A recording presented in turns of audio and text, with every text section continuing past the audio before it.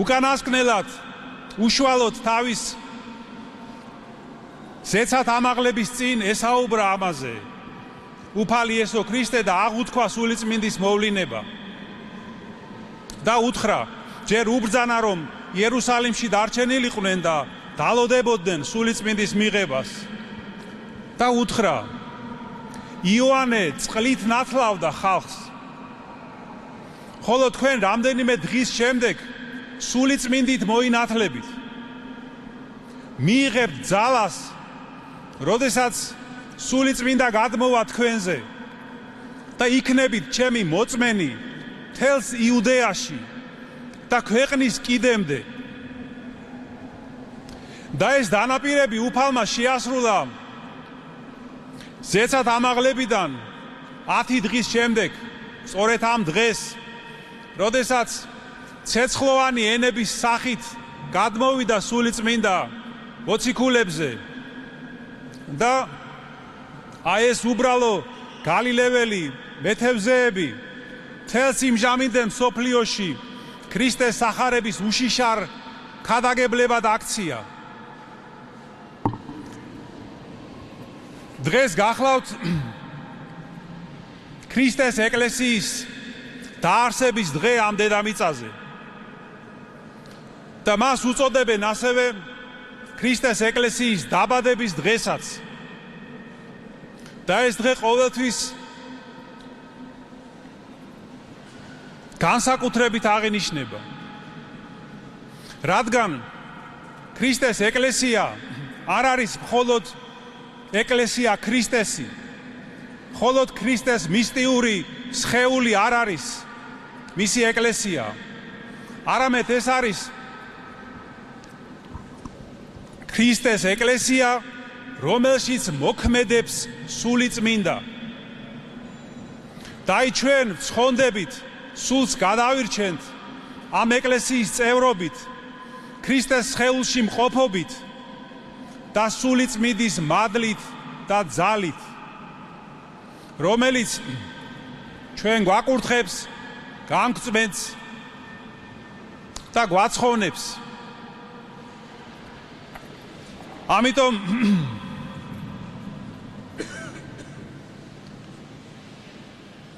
და აი ამ მადლს სულიწმინდის მადლს სადღებულობ ჩვენ საეკლესიო საიდუმლოებების მეშვეობით ვღებულობთ ტაძარში ერთობლივ ლოცვებში ღვთისმსახურებაში მონაწილეობის მეშვეობით ვღებულობთ მღვდელმთავრისა თუ მღვდლის ლოცვა-კურთხევის მეშვეობით ამიტომ აი მრავალი წმინდა მამა წერს რომ თავარი მიზანი ქრისტიანული ცხოვრების სწორედ სულიწმინდის მადლის მოხვეჭაა ამიტომ ჩვენ ყოველთვის უნდა ვევედროთ უფალს რომ მოგცეს სულიწმინდის მადლი და მით უმეტეს ძვირფასო ძმებო და დებო რომ ამის შესახებ მცნება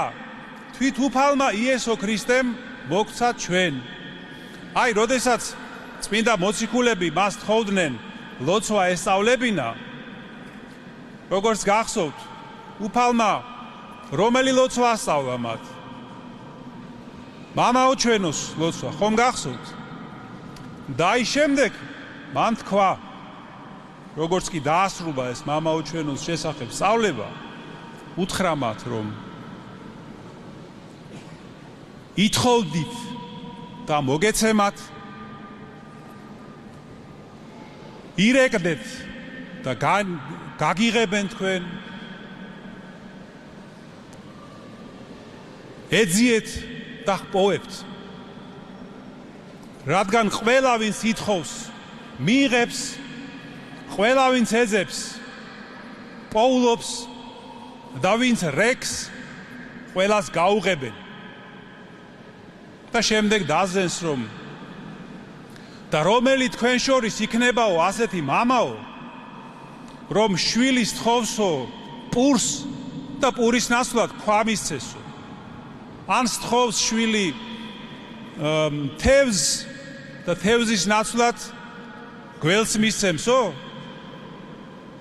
და მეტადრე მამა თქვენი ზეციერი მოგცემ თქვენ სული წმინდას, ვინც ამას სთხოვსო. აი ამ სიტყვებიდან ჩანს, რომ ეს ღვთისნება, რომ ჩვენ სული წმინდის მადლი ვითხოვოთ უფლისგან. აი სწორედ ამიტომ არის ძვირფასო ძმებო და დებო, რომ დღევანდელ დღეს ჩვენ წმინდა ეკლესია განსაკუთრებით ევედრება სული წმინდას